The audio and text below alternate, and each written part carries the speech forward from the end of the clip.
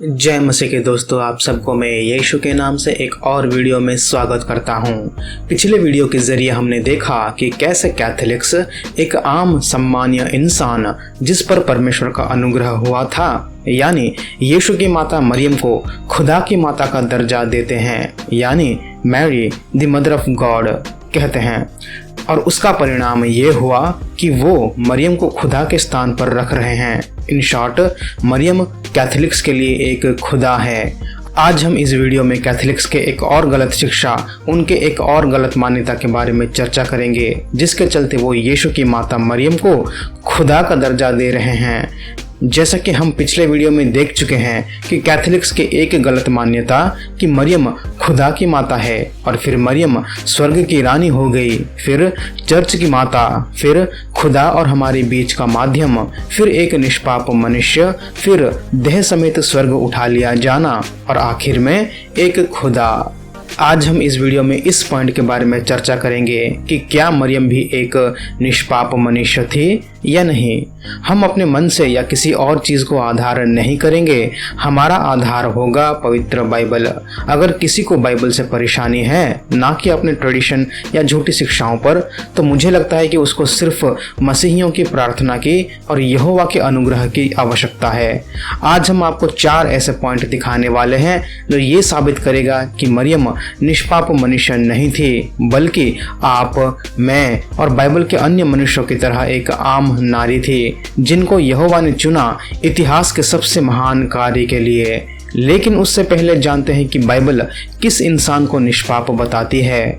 अचंभे की बात है, पूरे मानव इतिहास में सिर्फ एक मनुष्य को ही बाइबल निष्पाप बताती है, वो है जीवित परमेश्वर यीशु मसीह। अब रोमन कैथोलिक चर्च सिखाता है कि मरियम एक निष्पाप नारी थी। इसको कहते हैं इमैक्युलेट कंसेप्शन। ये कंसेप्शन कैथोलिक चर्च के हिसाब से ये होता है क्योंकि मरियम ने खुदा के मानव शरीर को अपने कोख में रखा। इसके चलते मरियम भी ओरिजिनल सिन से मुक्त हो गई। ये ओरिजिनल सिन क्या है? कैथोलिक चर्च के हिसाब से ओरिजिनल सिन का मतलब आदम और हव्वा ने जो पाप किया था, उसका असर या भाग हर मनुष्य पर रहता है, इसलिए हर मनुष्य पाप के चपेट में है। लेकिन मरियम इस पाप के चपेट से मुक्त है क्योंकि उन्होंने उस शरीर को अपने कोख में रखा जिसमें खुदा ने डेरा किया। ये शिक्षा भी पूरी तरह गलत है। बाइबल का ओरिजिनल सिन और कैथोलिक चर्चेस के बनाए हुआ ओरिजिनल सिन अलग है। बाइबल कहता है यहेजकेल 18 वचन 20 में, जो प्राणी पाप करे वही मरेगा, ना तो पुत्र पिता के अधर्म का भार उठाएगा और ना पिता पुत्र का। धर्मी को अपने ही धर्म का फल और दुष्ट को अपनी ही दुष्टता का फल मिलेगा। मतलब हम आदम और हव्वा के पाप के भार नहीं उठा रहे हैं जैसे कैथोलिक्स मानते हैं। वचन के हिसाब से हम अपने ही पाप का भार उठाते हैं। चलिए 2 वचन और देखते हैं। यशायाह 53 वचन 6, हम तो सब के सब भेड़ों की नाई भटक गए हैं, हम में से हर एक ने अपना अपना मार्ग लिया और यहोवा ने हम सब के अधर्म का बोझ उसी पर लाद दिया है। इफिसियों 2 वचन 1, और उसने तुम्हें भी जिलाया जो अपने अपराधों और पाप के कारण मरे हुए थे। तो ये क्लियर हुआ कि हम आदम और हव्वा के पाप नहीं, बल्कि हम अपने पाप का बोझ उठाते हैं। इसके अलावा कैथोलिक्स और मानते हैं कि यीशु माता और पिता दोनों के जरिए एक आम इंसान की तरह ही पैदा हुए, जो बाइबल के सीधा विरोध में है, और उनके दावों के पीछे एक भी बाइबल वचन नहीं है। बाइबल कहता है कि मरियम एक कुंवारी कन्या थी जब उन्होंने यीशु को जन्म दिया। बाइबल के हिसाब से कुंवारी कन्या का मतलब होता है किसी भी पुरुष को ना जानना। लूका 1 वचन 26 से 34, 6वें महीने में परमेश्वर की ओर से जिब्राइल स्वर्गदूत गलील के नासरत नगर में एक कुंवारी के पास भेजा गया, जिसकी मंगनी यूसुफ नाम दाऊद के घराने के एक पुरुष से हुई थी। उस कुंवारी का नाम मरियम था। और स्वर्गदूत ने उसके पास भीतर आकर कहा, आनंद और जय तेरी हो, जिस पर ईश्वर का अनुग्रह हुआ है, प्रभु तेरे साथ है। वह उस वचन से बहुत घबरा गई और सोचने लगी कि यह किस प्रकार का अभिवादन है। स्वर्गदूत ने उससे कहा, हे मरियम, भयभीत ना हो, क्योंकि परमेश्वर का अनुग्रह तुझ पर हुआ है, और देख तू गर्भवती होगी और तेरे एक पुत्र उत्पन्न होगा, तू उसका नाम यीशु रखना। वह महान होगा और परम प्रधान का पुत्र कहलाएगा और प्रभु परमेश्वर उसके पिता दाऊद का सिंहासन उसको देगा और वह याकूब के घराने पर सदा राज्य करेगा और उसके राज्य का अंत ना होगा। मरियम ने स्वर्गदूत से कहा, यह क्यों कर होगा, मैं तो पुरुष को जानती ही नहीं। तो पुरुष को नहीं जानने का मतलब होता है कुंवारी। लेकिन कैथोलिक्स इन वचन का विरोध करके बाइबल को सीधा गलत कहते हैं, ये कह के कि यीशु भी आप और हर इंसान की तरह माता पिता से पैदा हुए। ये तो बड़ी ही गलत शिक्षा है कैथोलिक चर्चेस के। खैर आगे बढ़ते हैं। कैथोलिक चर्च के इमैकुलेट कंसेप्शन के हिसाब से मरियम निष्पाप थी और अपने जीवन के अंत तक निष्पाप ही रही। चलिए देखते हैं सीधा कैथोलिक्स के किताब कैटेकिज्म से इस विषय में। Catechism 491. Through the centuries, this church has become ever more aware that Mary, full of grace through God, was redeemed from the moment of her conception. That is what the dogma of the Immaculate Conception confesses, as Pope Pius IX proclaimed in 1854. The most blessed Virgin Mary was, from the first moment of her conception, by a singular grace and privilege of Almighty God, and by virtue of the merits of Jesus Christ, Savior of the human race, preserved immune from all stains of original sin. Catechism 508. From among the descendants of Eve, God chose the Virgin Mary to be the mother of His Son, full of grace. Mary is the most excellent fruit of redemption. From the first instant of her conception, she was totally preserved from the stain of original sin, and she remained pure from all personal sin throughout her life. Catechism 722. The Holy Spirit prepared Mary by His grace. It was fitting that the mother of Him, in whom the whole fullness of deity dwells bodily, should herself be full of grace. She was, by sheer grace, conceived without sin, as the most humble of creatures, the most capable of welcoming the inexpressible gift of the Almighty. It was quite correct for the angel Gabriel to greet her as the daughter of Zion. Rejoice! It is the thanksgiving of the whole people of God, and thus of the Church, which Mary in her canticles lifts up to the Father in the Holy Spirit, while carrying within her the eternal Son.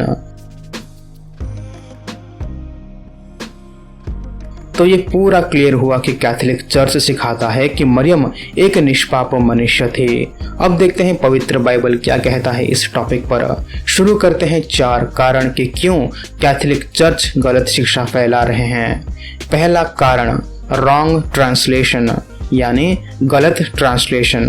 Catholic church Catholics को सिखाता है कि Maryam full of grace है, मतलब परमेश्वर का पूर्ण अनुग्रह उन्हें प्राप्त हुआ था। लेकिन ये शब्द उन्हें कहाँ से मिला? बाइबल से। कैथोलिक कहते हैं कि हाँ, उन्हें ये शब्द बाइबल में मिला, लिखा है लूका 1:28 में। अब यहाँ कैथोलिक चर्च कैसे अपने फॉलोअर्स को, मासूम लोगों को भरमाए हैं, हम जानेंगे। जिस बाइबल के लूका 1:28 को कैथोलिक्स दिखाते हैं, उस बाइबल को कैथोलिक्स ने ट्रांसलेट किया लैटिन से इंग्लिश में। लेकिन मेरे दोस्तों, बाइबल को लैटिन में नहीं, ग्रीक भाषा में लिखा गया था। Original new testament Bible Greek भाषा में लिखा गया था। बाद में इसी ग्रीक को आधार करके इसे लैटिन और फिर अन्य भाषा में ट्रांसलेट किया गया, और इस लैटिन भाषा को 4वीं सदी में सेंट जेरोम द्वारा ट्रांसलेट किया गया था। इसको लैटिन वल्गेट कहते हैं। देखते हैं लैटिन ट्रांसलेट में लूका 1:28 को कैसे लिखा गया है। यह revised standard version Catholic edition RSVCE। And he came to her and said, Hail, full of grace, the Lord is with you. मुझे ये पता नहीं कि सेंट जेरोम को बाइबल से क्या दिक्कत थी कि उन्होंने ऐसा किया, चाहे जानबूझकर हो या अनजाने में। लेकिन उन्होंने जो गलती की, उसके चलते आज बेचारे मासूम कैथोलिक्स गलत शिक्षा को ग्रहण कर रहे हैं, क्योंकि उनको बाइबल को ग्रीक से ट्रांसलेट करना चाहिए था, ना कि लैटिन से। देखते हैं उन बाइबल ट्रांसलेशंस को जिसको ग्रीक से इंग्लिश में ट्रांसलेट किया गया है। अब कैथोलिक्स कह सकते हैं कि आपके प्रोटेस्टेंट बाइबल गलत है, सिर्फ हमारे कैथोलिक्स बाइबल सही है, या हम क्यों दूसरे बाइबल ट्रांसलेशंस को देखें? अच्छा सवाल है।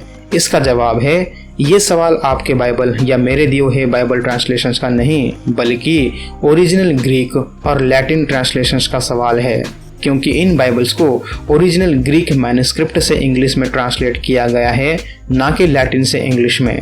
इसलिए मैं इन बाइबल्स को आपको दिखाने वाला हूँ। तो ये रहा 5 बाइबल ट्रांसलेशंस लूका 1:28 के।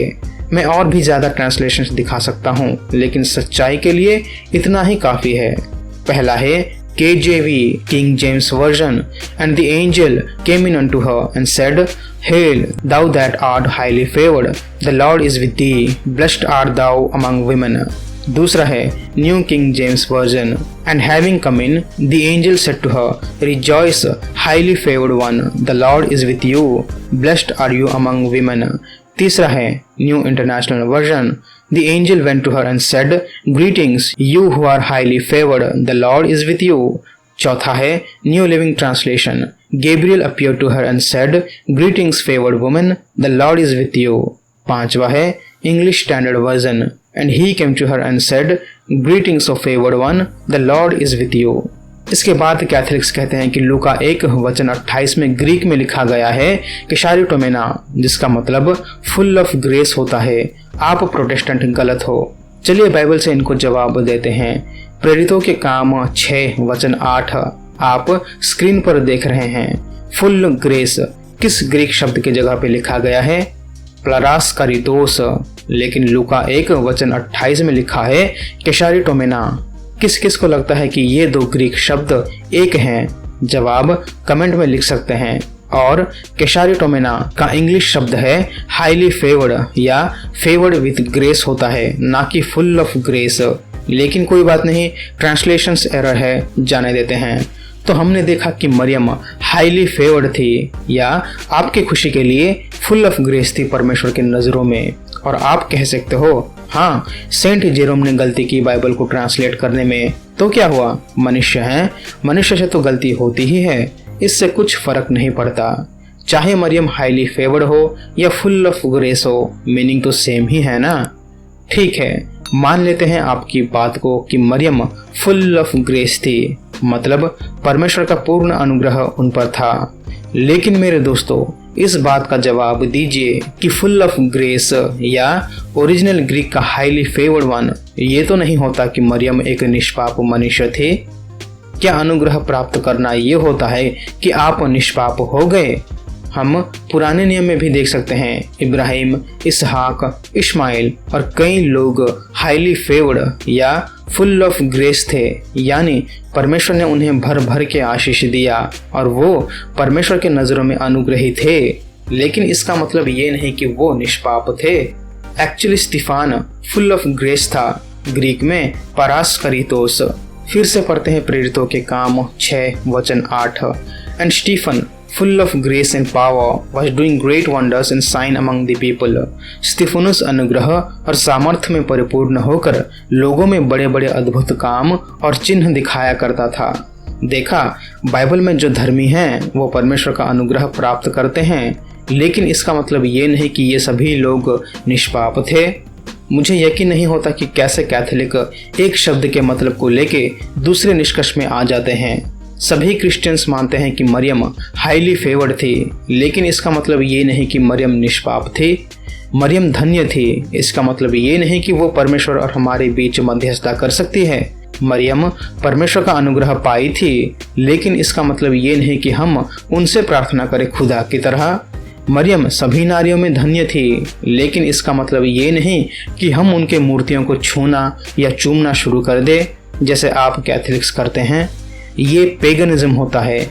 हमें सिर्फ परमेश्वर से ही प्रार्थना करना चाहिए और किसी से नहीं, क्योंकि सिर्फ परमेश्वर ही असंख्य लोगों की प्रार्थना को सुन और उत्तर दे सकते हैं, ना कि मरियम। दूसरा कारण, हम सब ने पाप किया है। ये कारण सीधे तौर से कैथोलिक्स के गलत शिक्षाओं को खारिज करता है कि क्यों मरियम भी हमारी तरह एक आम मनुष्य थी। रोमियो की पुस्तक 3:22-23। देखिए, इस चिट्ठी को पॉल ने रोमियो के कलीसियों को ही लिखा था, और मुझे लगता है कि पॉल ने परमेश्वर की शक्ति से जाना होगा कि आगे जाके इसी चर्च के नाम के लोग परमेश्वर की शिक्षाओं को बदलने वाले हैं। इसीलिए 2000 साल पहले ही पॉल ने हमें आगाह कर दिया था। रोमियो 3:22-23, अर्थात परमेश्वर की वह धार्मिक जो यीशु मसीह पर विश्वास करने से सब विश्वास करने वालों के लिए है, क्योंकि कुछ भेद नहीं, इसलिए कि सब ने पाप किया है और परमेश्वर की महिमा से रहित है। इसको ध्यान से पढ़िए, सब ने पाप किया है। और जब मैं ये वचन देखता हूँ मुझे महसूस होता है कि सब ने पाप किया, मतलब मैं भी इस सब में शामिल हूँ। और आप इस वचन को पढ़ रहे हैं और यहाँ लिखा है सब ने पाप किया, मतलब आप भी इस सब में शामिल है। और गहराई से देखते हैं, आज तक जितने भी जिए हैं वो भी इस सब में शामिल है। देखते हैं और कौन आते हैं इसमें। मदर तेरेसा, वो भी इस सब में शामिल है, मतलब उन्होंने भी पाप किए हैं। पोप भी इस सब में शामिल है, मतलब उन्होंने भी पाप किया है। आप अपने किसी भी चहेते को इस वचन के आधार पे तोले, वो भी इस सब में शामिल है। चलिए बाइबल के लोगों को भी देखते हैं। आदम, मेथुसला, नोआ, इब्राहिम, इसहाक, राजा दाऊद, मत्ती, मरकुस, लूका, यूहन्ना, पौल, ये सब भी इस सब में शामिल है, मतलब उन सब ने भी पाप किया है। और इसमें शायद किसी को आपत्ति नहीं होगी, लेकिन कैथोलिक्स यीशु की माता मरियम को कैसे इससे अलग कर रहे हैं? क्या वो खुदा है जो पाप नहीं कर सकती? लगता है कैथोलिक्स का यही इशारा होगा कि मरियम खुदा है, इसलिए वो इस वचन के घेरे में नहीं आती। कौन कौन ये मानता है, इसका जवाब भी आप कमेंट में दे सकते हैं। तीसरा कारण, उद्धारकर्ता की जरूरत। लूका 1:46 से 47। तब मरियम ने कहा, मेरा प्राण प्रभु की बढ़ाई करता है और मेरी आत्मा मेरे उद्धार करने वाले परमेश्वर से आनंदित हुई। इसमें ज्यादा एक्सप्लेन करने की जरूरत नहीं पड़ेगी, क्योंकि अगर मरियम निष्पाप होती तो उन्हें उद्धारकर्ता की जरूरत नहीं पड़ती। और ये भी तब कहा मरियम ने जब यीशु उनके कोख में थे। और वचन कहता है मरियम की आत्मा उनके उद्धार करने वाले परमेश्वर से आनंदित हुई। तो ये कहना कि मरियम ने खुदा को अपने कोख में रखा इसलिए वो निष्पाप हो गई, ये सरासर गलत है। चौथा और आखिरी कारण, स्वर्ग उठा लेना और सदा कुंवारी रहना।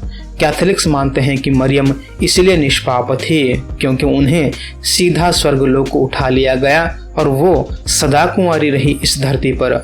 चलिए पहले कैथोलिक चर्च के शिक्षाओं को देखते हैं, फिर बाइबल क्या कहता है वो भी देखेंगे।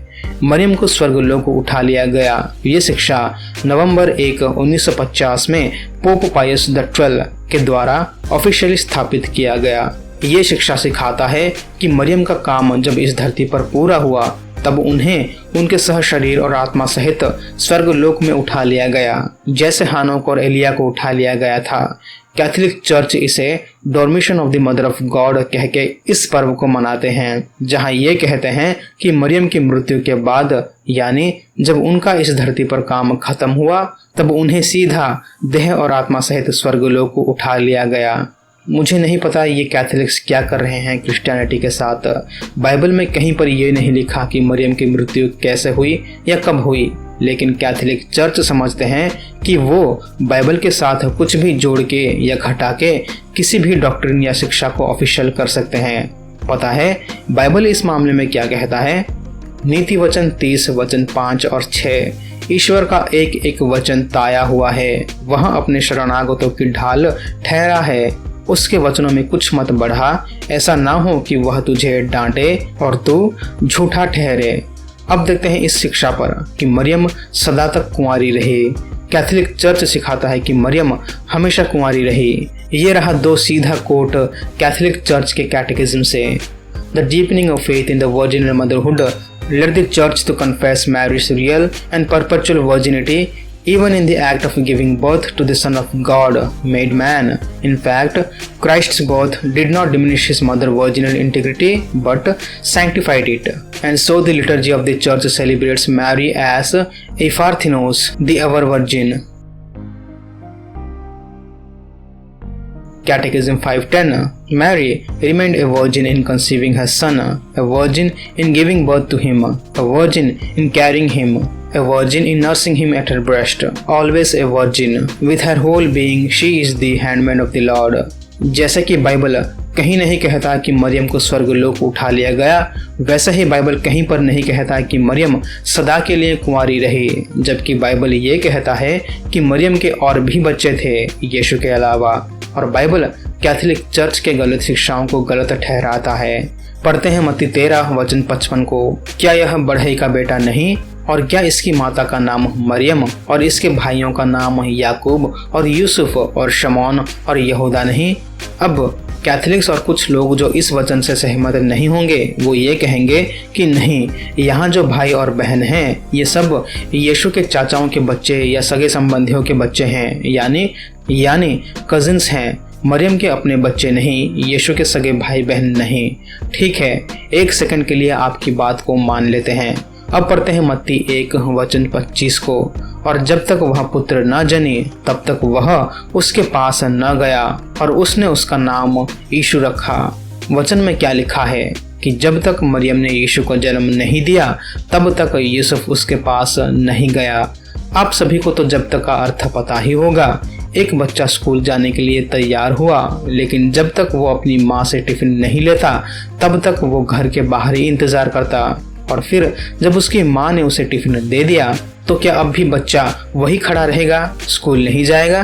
कैथोलिक्स सीडोफिग्राफा को पढ़ के गलत धारणा बना रहे हैं। ये एक ऐसा किताब है जिसको लिखा गया है बाइबल वचनों को अनुमान करके, और इसमें लिखा गया है कि क्यों यीशु की माता मरियम सदा के लिए कुंवारी थी, और हम इसके लिए एक अलग वीडियो बना के इस झूठी शिक्षा का खंडन करेंगे। तो ये रहा कुछ सबूत कि क्यों मरियम एक निष्पाप मनुष्य नहीं थी। और अगर इस वीडियो को देखने के बाद भी आप अपने ट्रेडिशन को मानते रहेंगे, अपने चर्च के गलत शिक्षाओं को मानते रहेंगे, बाइबल को अनदेखा करते रहेंगे, तो मैं सिर्फ आपके लिए प्रार्थना कर सकता हूँ कि हे मेरे उद्धारकर्ता, मेरे परमेश्वर, आपने बाइबल में कहा कि मेरा अनुसरण करो, लेकिन कुछ लोग अपने रीति रिवाजों को नहीं छोड़ना चाहते। दया करें, उन्हें माफ करें। अब मेरा सुझाव आप सभी मसीहियों से है, बाइबल की शिक्षाओं को मानना आरंभ करें, ना कि अपने चर्च या पास्टर या अपने किसी आदरणीय इंसान के शिक्षाओं पर, क्योंकि चर्च आपको उद्धार नहीं देगी, यीशु देंगे। पास्टर्स या पोप आपको उद्धार नहीं दे सकते, यीशु देंगे।